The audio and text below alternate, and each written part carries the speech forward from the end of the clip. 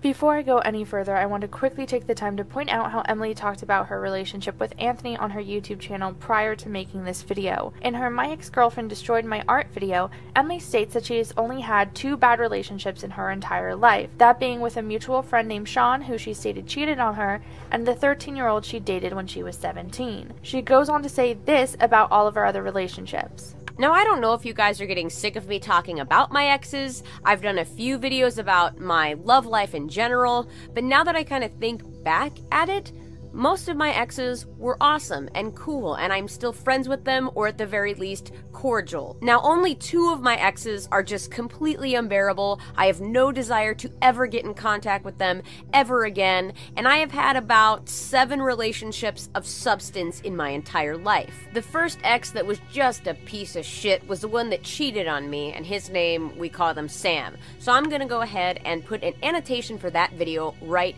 here. I definitely suggest you go over and watch that.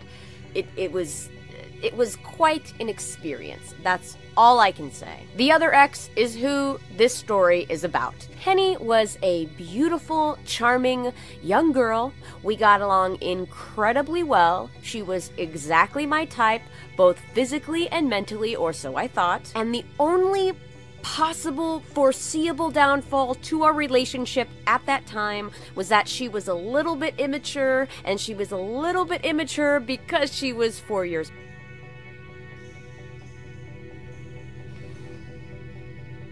Hey you guys, and welcome back to another video. Now, in today's video, I'm going to be talking about something that's a little controversial, and I think I have a bit of an unpopular opinion on this matter, which is the whole CreepShow Art Shannon versus Emily Artful Emily situation.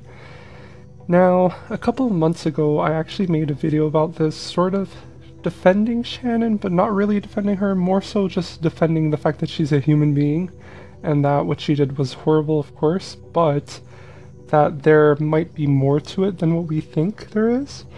And in today's video, I'm actually going to be talking mostly about the stuff that Shannon actually did manage to expose about Emily. Now, I feel like a lot of people are sort of glossing over the things that Shannon exposed about Emily, mainly because they hate Shannon so much at the moment. But the things that Shannon actually did manage to bring up about Emily were pretty heavy-hitting and really intense, and I understand that most of the stuff happened like a decade ago, but a lot of it is still very, very, very relevant. Especially the stuff in regards to her dating a 13-year-old when she was 17. Which is just disgusting to even word out. Now, I understand that Shannon didn't really clear her name, nor did she actually mention anything about the whole lolcow situation. It seems as though she kind of just took the L in that regard and really didn't even want to debate that or try to defend herself, because I think she kind of knows that we all know that she did it and that she's really guilty.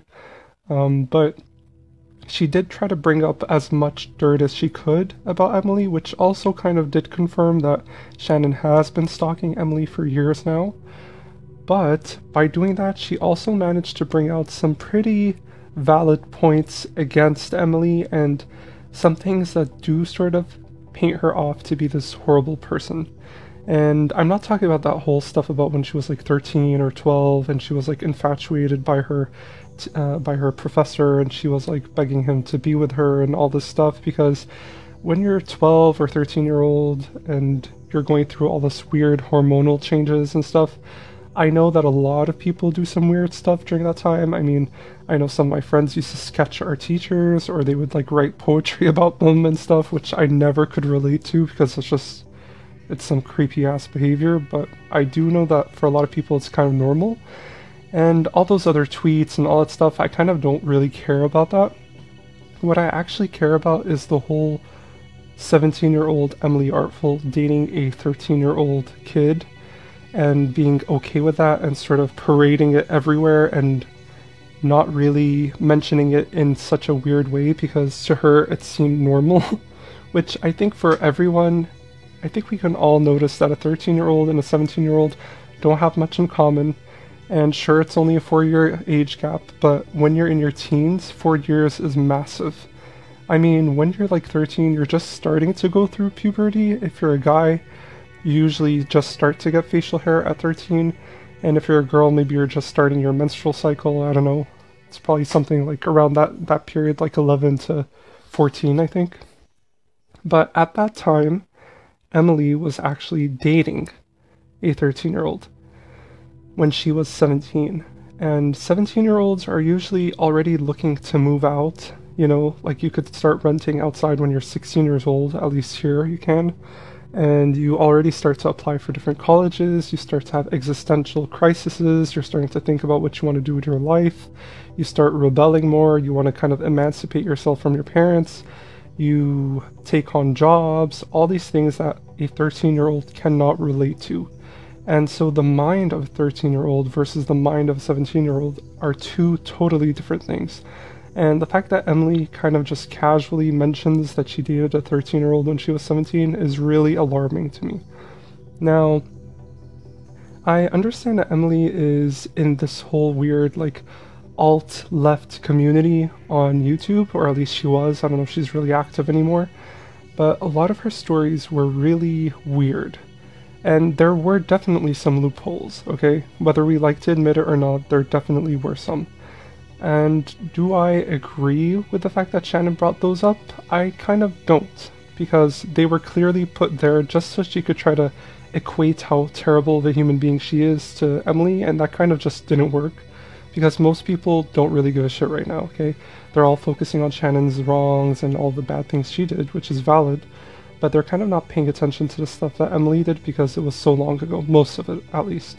And Emily also kind of, you know, she kind of owned it, you know, whereas Shannon kind of masquerades as this leftist, super, you know, like social justice warrior who can do no wrong at all, and that sort of ended up being her Achilles heel, like I mentioned in my old video.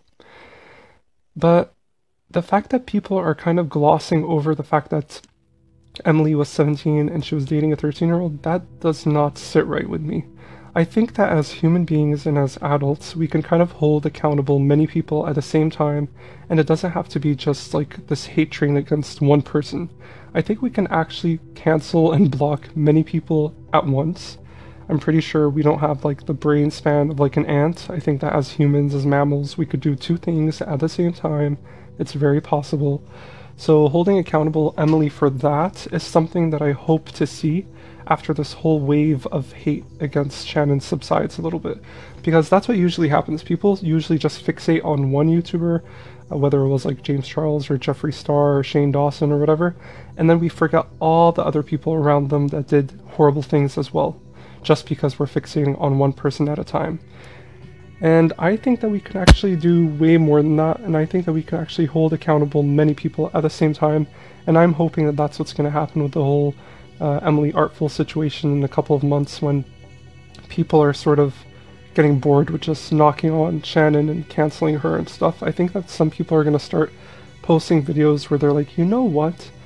Emily was actually a pretty disgusting human being as well, and she wasn't just disgusting because she was talking shit about her friends and stuff, but actually she was disgusting because she was displaying some predatory behavior, and she was manipulative, and she definitely tried to skew different stories to paint different people in horrible lights that maybe didn't deserve to be painted in that kind of way. And I'm not talking about Shannon or her boyfriend. I think that they totally deserve whatever the heck they're having right now and what's going on with them, because their situation's so convoluted and complicated, but I'm just talking about the other people that Emily has tried to cross throughout her years here and act like she's holier than thou when she's sort of a horrible person who has displayed predatory behavior. And yeah, I just think that she should be cancelled as well. I mean, if we're going to hold up some people accountable and, you know, act as if we're all social justice warriors and you know, like, if we're going to cancel people that deserve to be cancelled, then I think that Emily should at least feel some pressure. I'm not saying she deserves to lose subscribers. I'm not saying she deserves to be run out of the internet and stuff. I already know that she's probably going through a really difficult period right now.